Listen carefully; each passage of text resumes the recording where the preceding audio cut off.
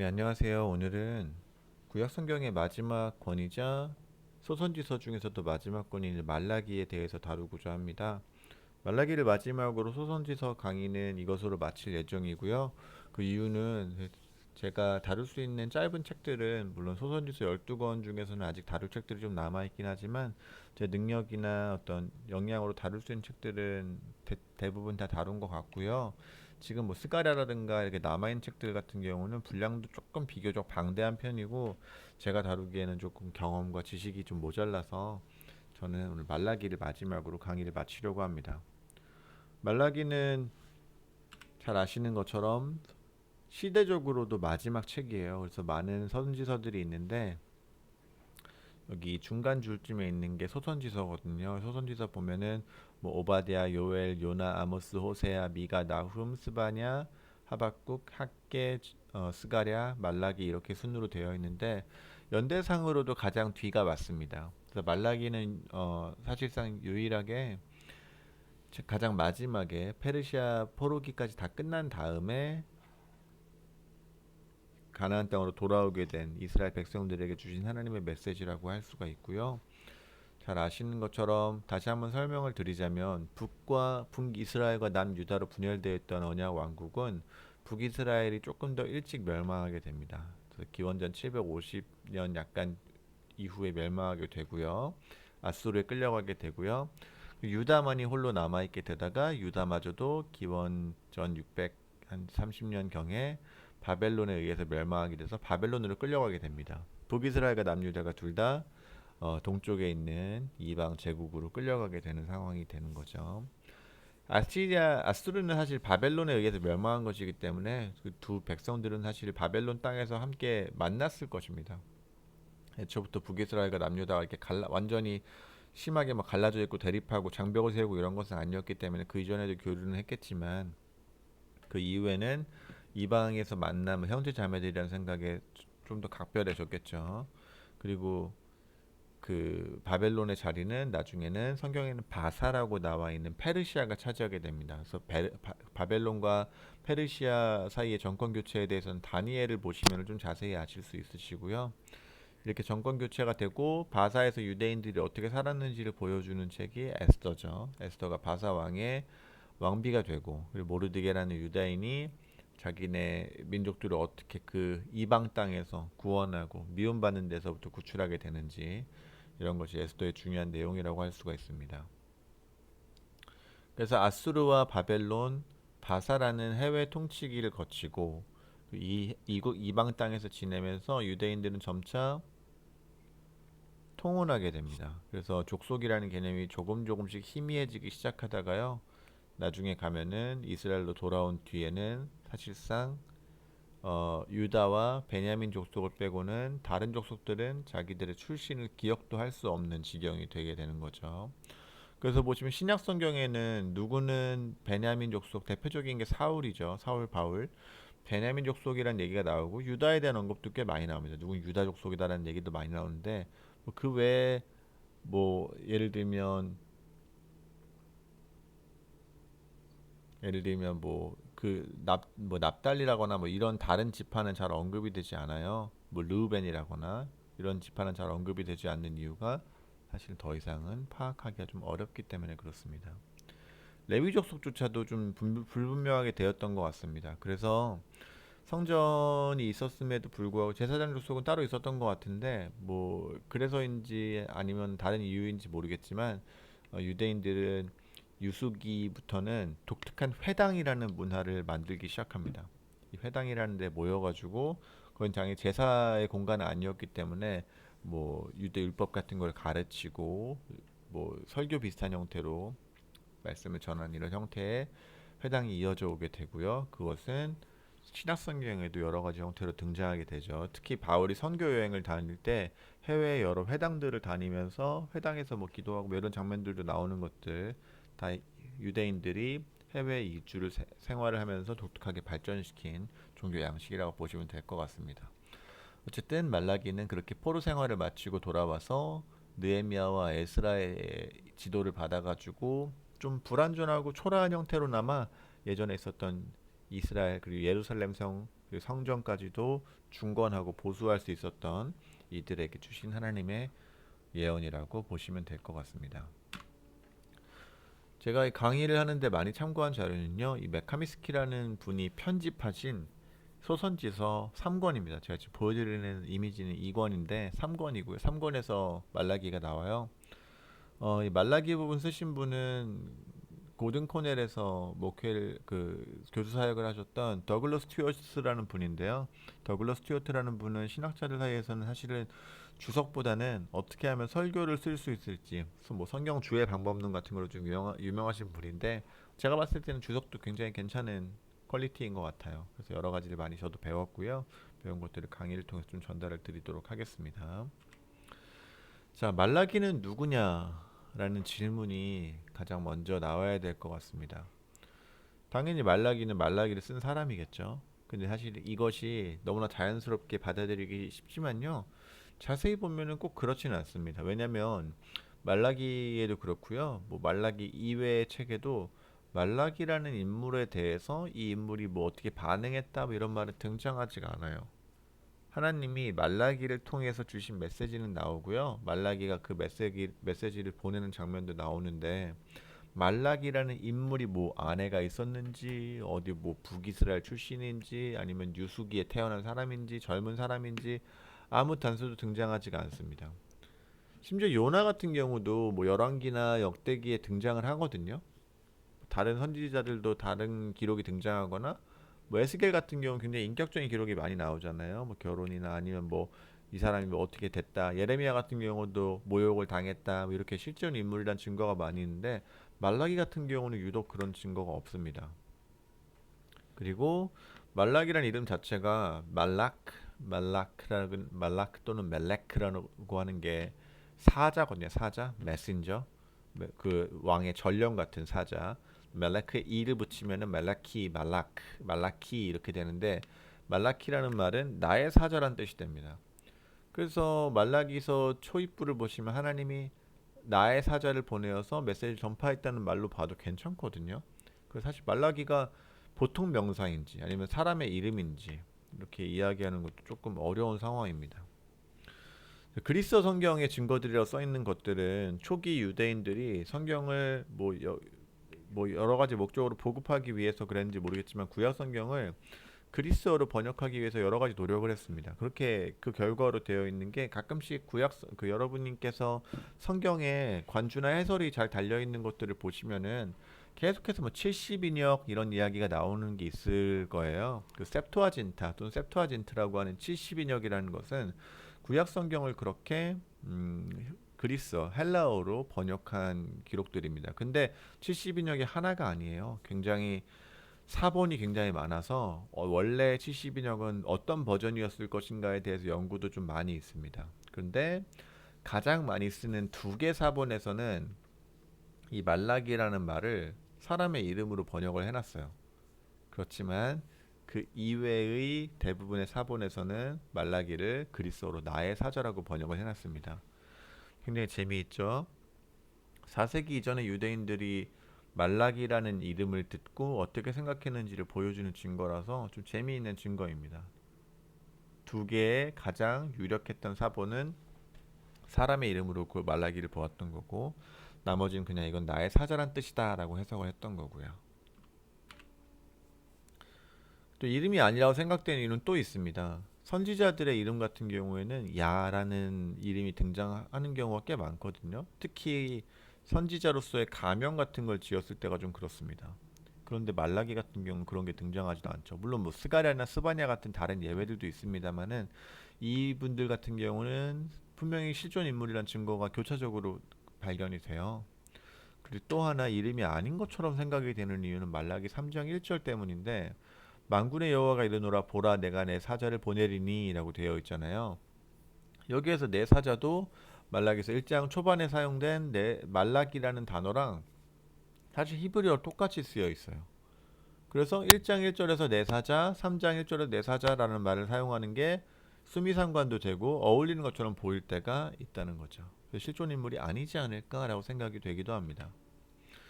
그래서 말라기는 그러면은 실존 인물이 아니라고 한다면은 말라기라는 이름에 사람이 없었다고 한다면은 나의 사자라고 생각한다고 해도 이 나의 사자는 누구냐? 어떤 사람은 에스라라고도 하고요. 또 뭐 타르굼이라고 하는 초기 유대교의 뭐 주석 같은 건데요. 여기에서도 뭐 여러 가지 증거들이 뭐 여기서는 뭐 에스라라고 하는 것들도 있고 대부분 여러 가지 증거들이 있는데 또 어떤 사람들은 이것은 그냥 다른 선지서에서 이어지는 이부 같은 것이고 당연히 그래서 이 선지서의 주인공 같은 것은 없다. 뭐 요엘이나 이런 거에서 이어지는 것이다라고 해요. 그런데 1장 1절에서 여호와께서 말라기로 이스라엘에게 말씀하신 경고라라고 하는데 이 말라기로라는 말에 쓰였던 히브리어 전치사 상황을 볼 때는 고유명사가 맞는 것 같습니다. 더글러스 스튜어트 의견이 그렇고요. 그리고 다른 학자들도 여기에 어느 정도 동의를 하는 편이고요. 그래서 좀 복잡한 이야기였지만 결국에는 말라기라는 게 정확하게 사람의 이름이었는지에 대한 근거는 많지는 않습니다.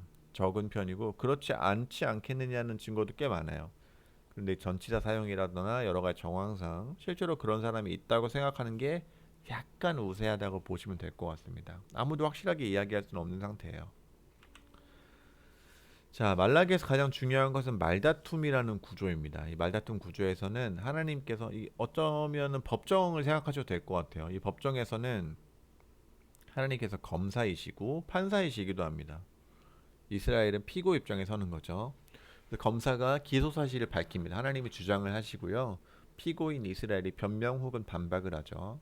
근데 검사인 하나님께서 다시 응답을 하시고 이제 하나님이 판사 역할을 맡으셔가지고 판결을 내리시죠. 결론을 내리시게 됩니다. 이런 구조가 여러 차례 반복이 돼요. 그래서 1장 2절에서 5절까지의 말다툼 구조를 보면은 하나님 검사가 기소를 하죠. 내가 너희를 사랑했다.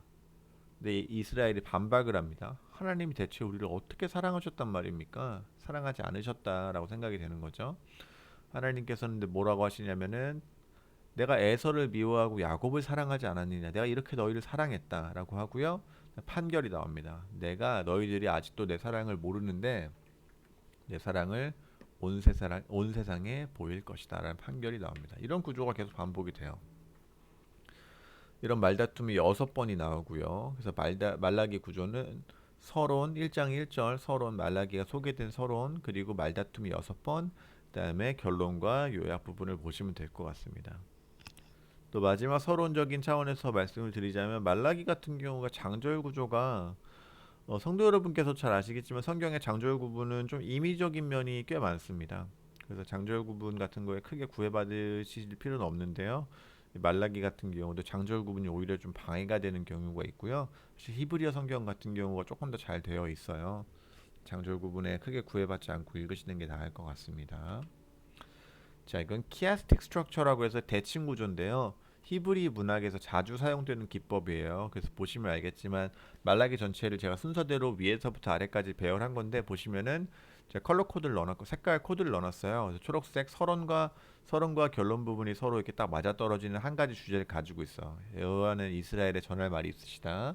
파란색 1장 2절부터 5절 그리고 맨 마지막에서 두 번째 말다툼 6 보면은 두 말다툼이 하나님께 선한 자와 악한 자를 구별하신다는 공통된 주제 그리고 말다툼 2와 말다툼 5는 참 재물과 복 그리고 여러 가지 기소 내용들이 등장하고요. 여러 기소 내용들이 등장한다는 게 특징입니다. 한 가지가 아니에요.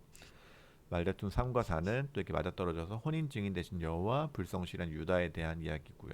그래서 요렇게 해서 네 가지가 점점 안으로 이게 똑같이 만들어 놓은 거를 반으로 접어 놓은 것 같은 이런 대칭 구조가 히브리 문학의 여러 특징 중에 하나인데요. 말라기에서도 이런 구조가 발견이 되곤 합니다. 자, 말라기와 신약 사이의 관계는 무엇일까요? 말라기는 시기상으로도 신약과 가장 가까운 문서입니다. 주전 5세기죠.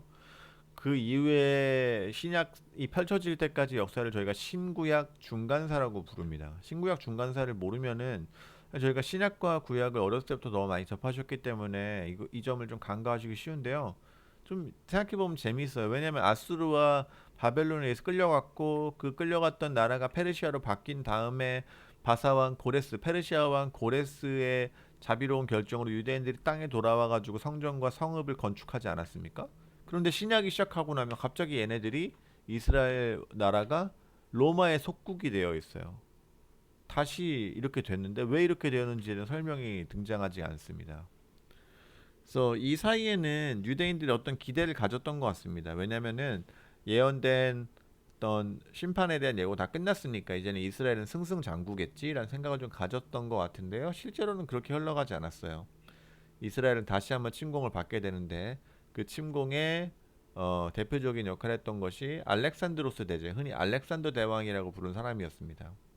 그래서 그 카톨릭에서 외경이라고 부르는 이 신구약 중간사에 유대인들이 남겨놓은 문서들인데요. 개신교 저희 쪽 개신교 쪽에서는 성경으로는 취급하지 않지만 역사적으로는 좀 의미 있는 자료로 보고 가끔씩 연구할 때가 있어요.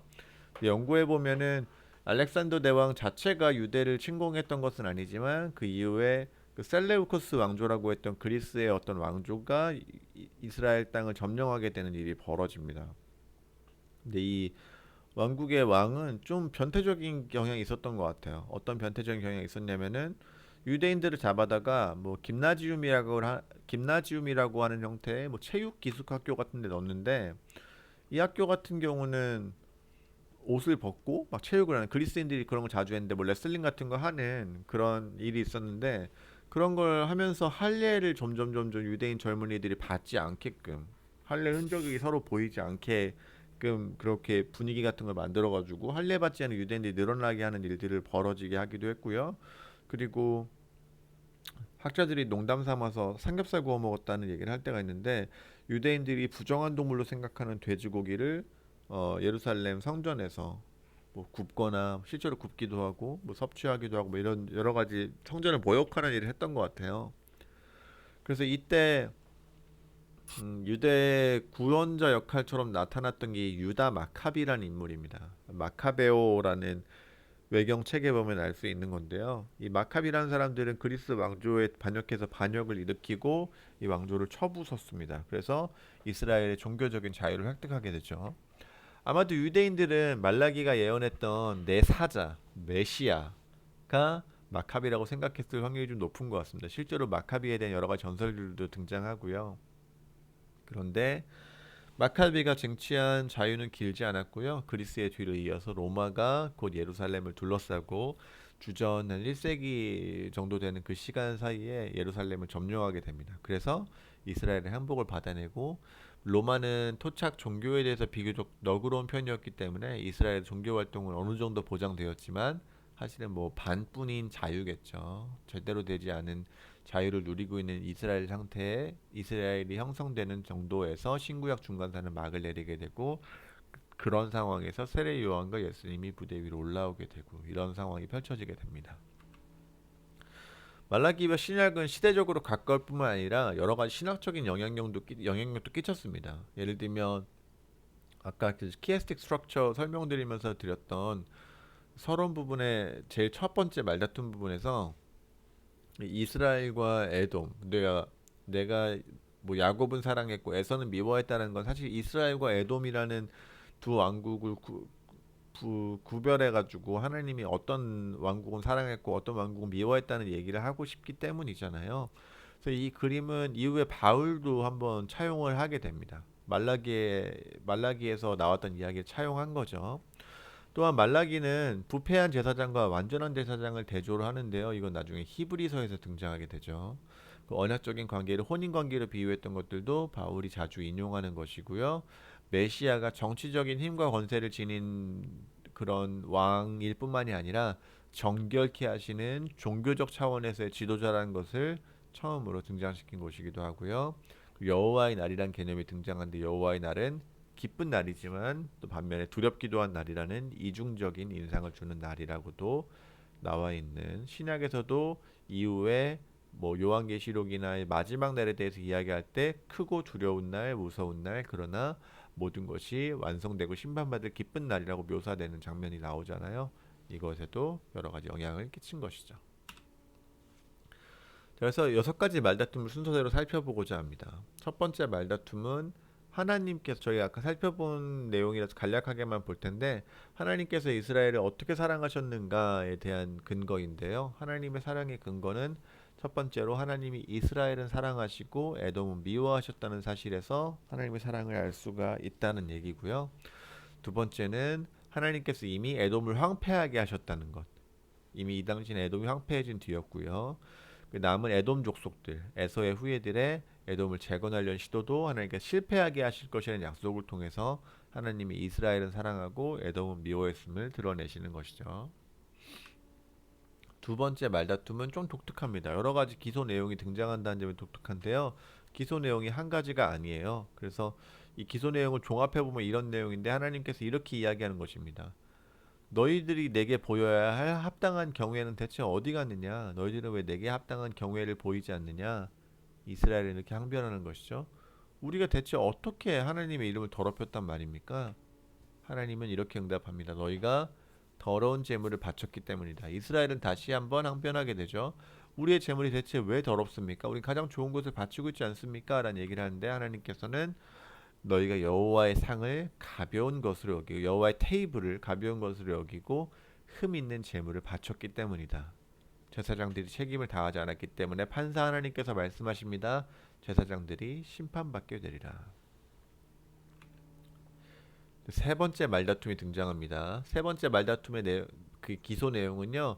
언약이 무시되었다는 것입니다. 언약이 무시되어서 이젠 통혼, 이방인들과의 아무렇지도 않은 그런 혼인이 벌어지고 이방 신을 섬기는 일이 벌어집니다. 그래서 언약이 무시되었다는 말에 이스라엘은 이야기하죠. 대체 왜 무시되었다는 말입니까? 하고 항변합니다. 답변이 나옵니다. 이 통혼이라는 것은 약간의 비유였던 것 같기도 해요. 실제로도 물론 이스라엘 족속들이 이방인들과 통혼했던 것도 사실이지만 이들이 그 과정에서 여호와께만 신실해야 할 신부로서 준비되었어야 됐는데 실제로는 그렇지 않고 이방 신을 섬기면서 마치 호세아의 아내 고멜처럼 결혼 언약에 합당하지 않은 문란한 생활을 했다고 이야기를 하는 거죠.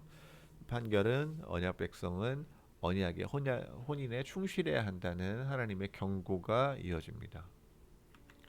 또 이와 그 수미상관적 구조를 이룬 네 번째 말다툼에서는 이스라엘이 말로 여호와를 괴롭게 한다고 되어 있습니다. 말로 여호와를 괴롭게 하는 이스라엘에 대한 기소가 나옵니다.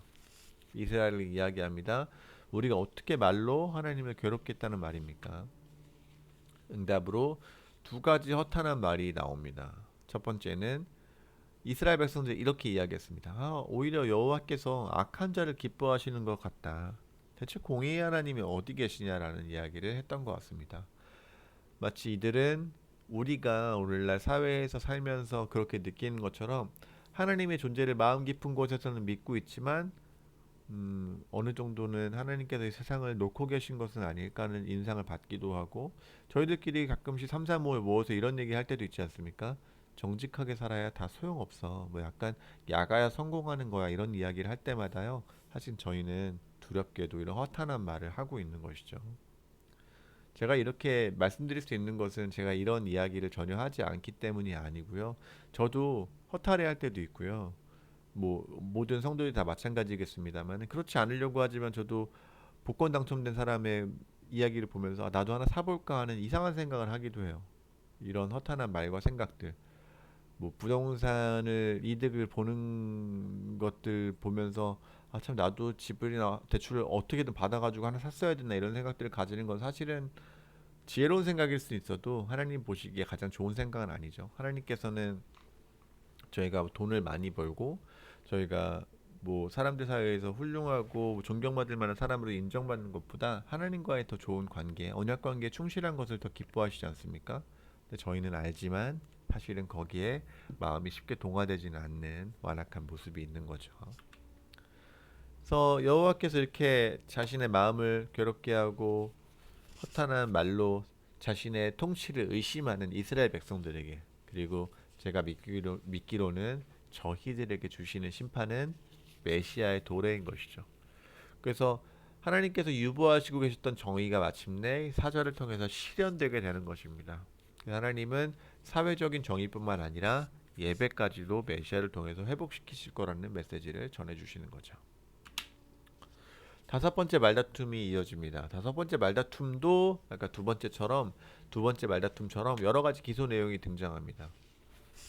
여기는 기소 내용을 하나로 정리하진 않았고 다 흩어 넣었는데요. 보면은 첫 번째 기소는 이스라엘이 규례, 규정과 예식을 떠났습니다.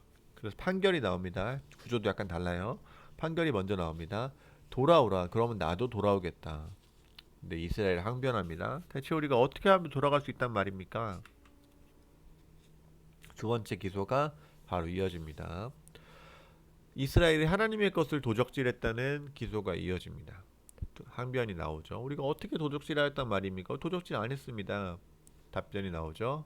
너희가 11조와 헌물로 하나님의 것 되었던 것을 도둑질하였다. 판결이 나옵니다. 판결은 저주입니다.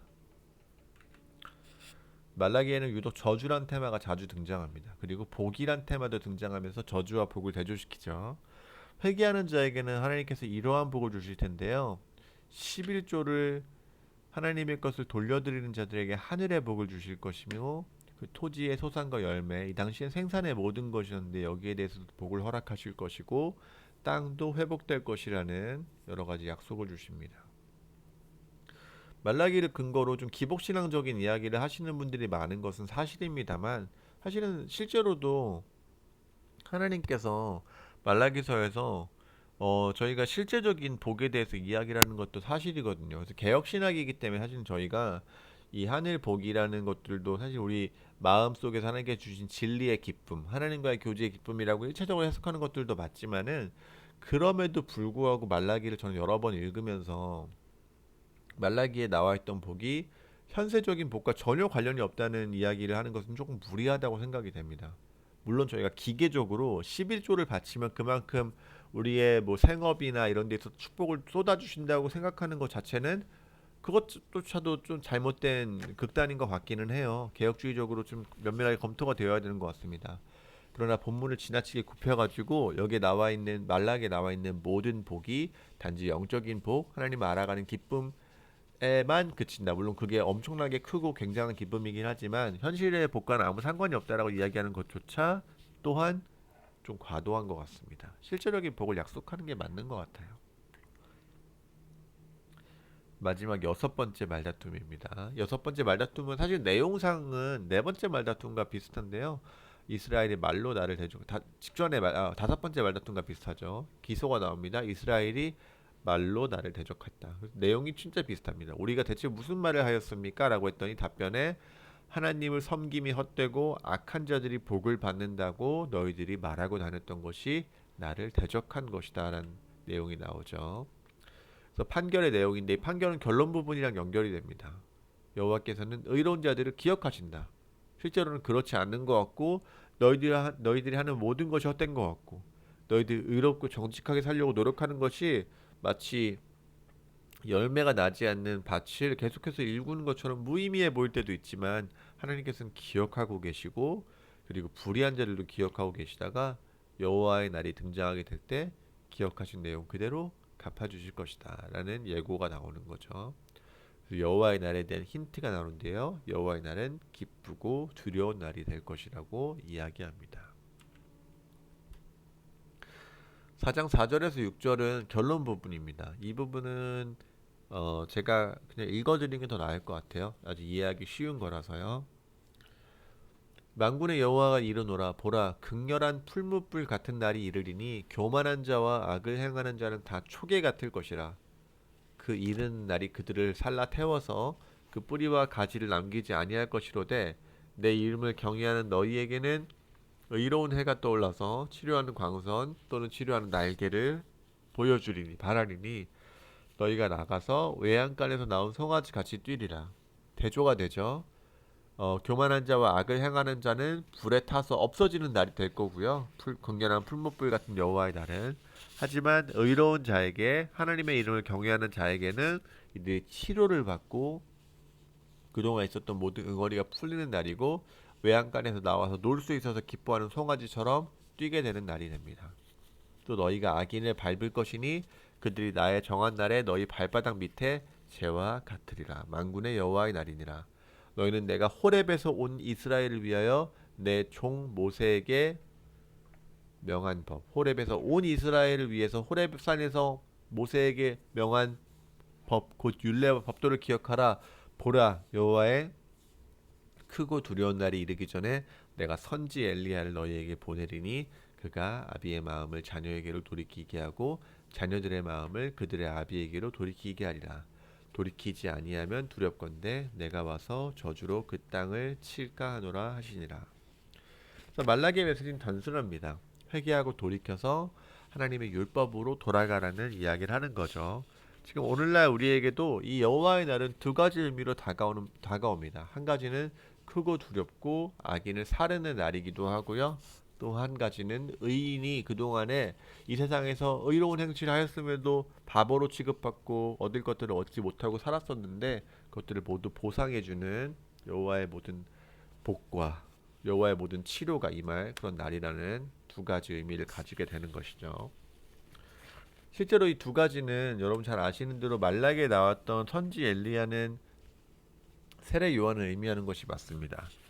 그러나 이 말이 지금 우리에게는 선지 엘리야가 더 이상 예고되지 않았다고 생각하는 것보다는 세례 요한을 통해서 1차적으로 이 말라기 예언이 성취된 것은 맞지만요. 지금 아직도 우리도 여전히 아직 완전히 하나님의 법이 세워지지 않은 세상에 살고 있으면서 우리가 올바른 선택을 할 때는 그 올바른 선택이 최소한 뭐 마음의 위로라도 되도록 우리가 선행을 하면은 그 사람이 우리에게 뭐 재물 물질적인 것으로 갚아주진 못하더라도 진심으로 고마워라도 하고 감사히라도 했으면 좋겠는데 현실 속에서는 저희가 뭐 이로운 행실을 하고 저희가 뭐 마음을 다해서 도와준 사람들에게 미움받고 버림받게 되는 일도 많지 않습니까?